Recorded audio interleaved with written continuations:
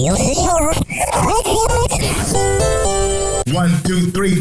Harold and Brad, Windy City filmmakers. Harold and Brad, Windy City filmmakers. Harold and Brad.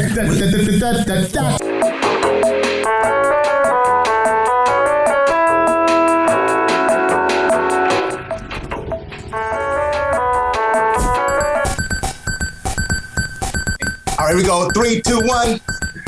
What's going on, y'all? Brad Stevens here for another edition of the Harold and Brad Windy City Filmmakers Podcast. HD, what's going on, brother? What's up? Boom! What's up? We have a very special guest today. The super talented Tiffany Renee Johnson is with us. What's going on? Hey. What's going on? Hey, welcome to the show. Thanks for being here. Thank you for having me. Great. So the first question we always ask people is a two-parter, and it's, what's your connection to Chicago, and what kind of art do you create? Okay, well, I was born and raised in Chicago. I grew up on the South Side in Morgan Park before I moved to Miami for high school. And I came back to Chicago in 2011 after college to start my career.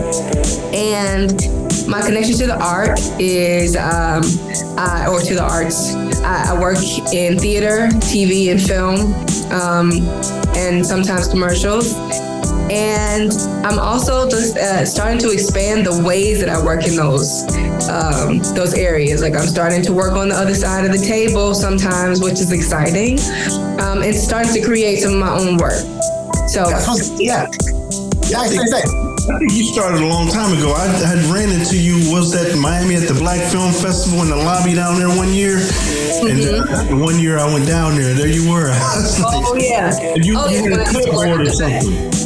Yeah, I used to work at the festival for like seven summers. I worked. I guess you're right. I guess I'm re-expanding my connection to the arts. But yes, for that time, for 3 years, I assisted Jeff Ryder, who founded the festival. And then I worked as a talent manager for 2 years. And then I think I worked as a seating and talkback coordinator for 2 years. How many is that? Yes, that's 7, right? Yes. So let me ask you a quick question before we jump back. So spending that time with the festival, what were the benefits then, and if anything came of it now as far as relationships or whatever you want to tell us about it? So many things. Like getting to see production in that way was awesome. I got to meet all kinds of people, particularly when I was assisting Jeff because he had to be everywhere. I got to meet Spike Lee and Tracy Ellis Ross, John Singleton, God rest his soul, Keenan Ivory Wayans, like Robert Townsend, so many people I got to meet and interact with. And getting to attend some of the sessions, even though I was working in the festival, was really of benefit. And yeah, there were tons of things, and it helped me forge some relationships that I still have today. And it gave me a real interest, or a greater interest, I'll say, in production and making something work, because I saw so much of how it worked from behind the scenes, you know.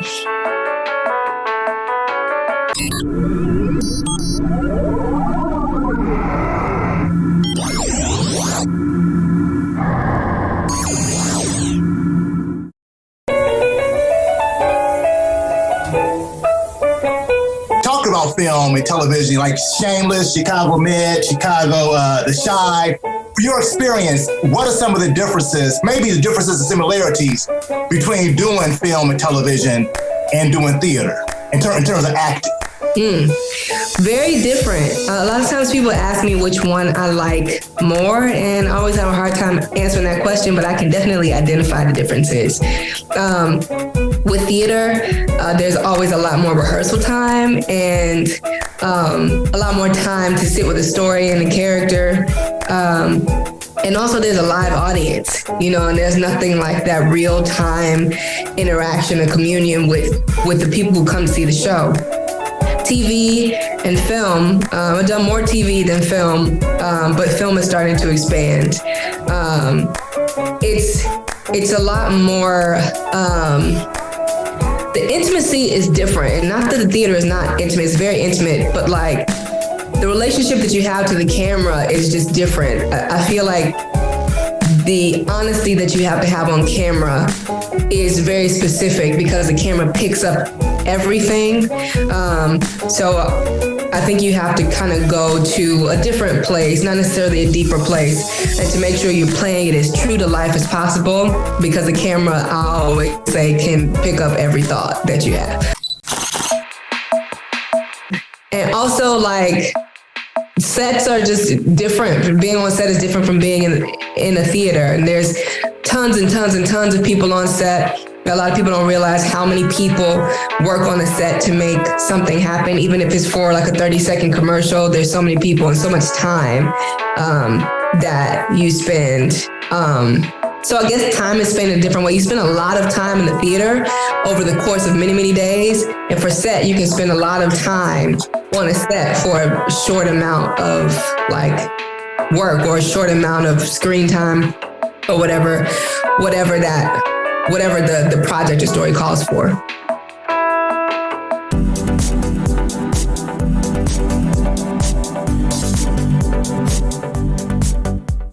Tiffany, I hear a lot of passion in your voice. What was your inspiration for getting started? Was it a performer or artist? And what is your inspiration today? That's a great question.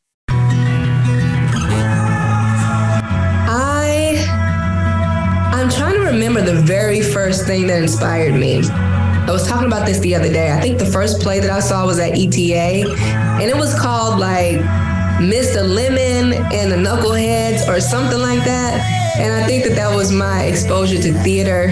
My mother did a really good job of showing me like a world in Chicago. She took me to festivals and live performances, dance shows, concerts. She put me in dance class when I was like 4 and in arts programs and all these things. So I think just early exposure to the arts and seeing all kinds of different people on stage gave me a bug really early. And I always remember coming out of the back of my small house and like doing cartwheels for people who would visit.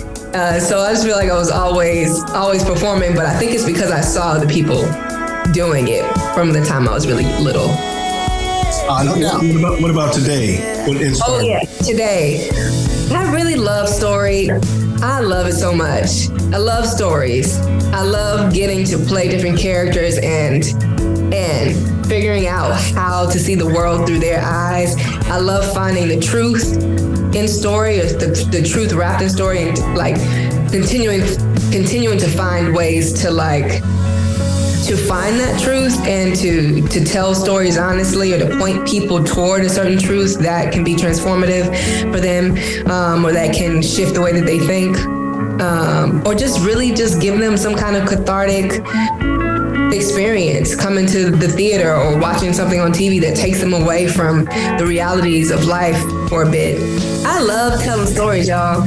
Yeah. Me too, no doubt. I know both of y'all do, you know what I mean? Right. It's just beautiful. It's beautiful. And let me say, I was out and about a lot, and I did run into you and your mother a couple times at events. I was like, hey, yes, I've been happening for 3 decades. Yeah. No question. Like, it's stripped out, like, we call ourselves Windy City filmmakers, but without a doubt, like, I love film, but definitely theater is my first love. I love theater, right? And I had a chance to see you in a great play, Chlorine Sky, a couple weeks ago at Steppenwolf. It's based on a novel written by Mahogany L. Brown, right? Yes. Right, and 2 questions I wanted to ask you. I thought it was a great production, strong performances, well written, well directed, just a really strong piece. And the first question is, for those who don't know, what is Chlorine Sky about?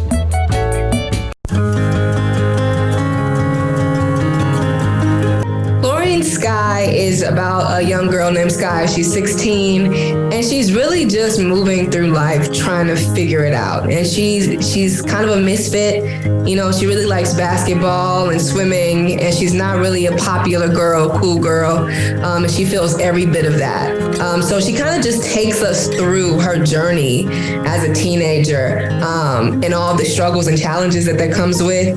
And by the end of the story, we see her, I think, realize that who she is enough, and that no relationship with a boy who doesn't really actually care about her, no fractured relationship with her sister, who I played, no fractured relationship with friends who really aren't really good for you can or should stop you from being who you are.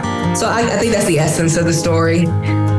Nice. And that leads to my second question, because you played a variety of characters, but the main character you played was Tasha, her older sister. And to your point, it was a very contentious relationship, right, to say the least. But one moment I love was when you all at the table and Tasha started to go in on Sky like she usually does, and Sky snapped back. And then there was a moment where Tasha asked her if she was okay. Mm-hmm. And I thought it was a beautiful moment because you saw for that split second that she was concerned about her younger sister, right? Yeah. And so the question I had was, we saw the tension in the relationship. What do you think it was your characters loved about each other? Okay, well, my character's name was Issa, but I'm gonna go ahead. Issa, my wife. Tasha can be her middle name. Her name is Issa Tasha. You know what I'm saying? But I think that Issa really loved Sky, but I think that she had a lot of insecurities. I think that she had some resentment and some jealousy of her sister, that was as a result of their home life. And she's an older sibling who probably lost a lot of shine and a lot of attention when her younger sister came along. And what I decided too is that she had some experiences when she was younger that nobody else knows about. And because her sister reminds her of those experiences, she takes that out on her, because she doesn't know how else to like move through her life. So she has a lot of unhealed stuff and traumas, and that's why she behaves the way that she does. But she still really loves her sister. And I think that moment that you're talking about at the table, when she says, when Sky kind of, strikes back and it's just like, don't treat me like this anymore. Issa realizes the effect that she's having on her sister that I don't think she quite realized before. I think she sees the weight of the hurt that she's causing.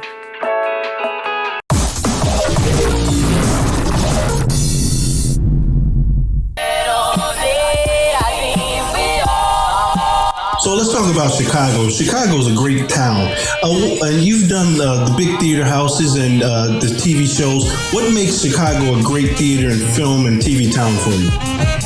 Chicago really cares about good storytelling, I believe. I think that it really cares about like quality craft and acting and story and performance. I think that it's a very real town as far as that's concerned, and that there can be things in other markets or other areas that are more attractive or and sometimes superficial in some things, but Chicago, I think, has a really real heart and soul and desire to tell really good stories.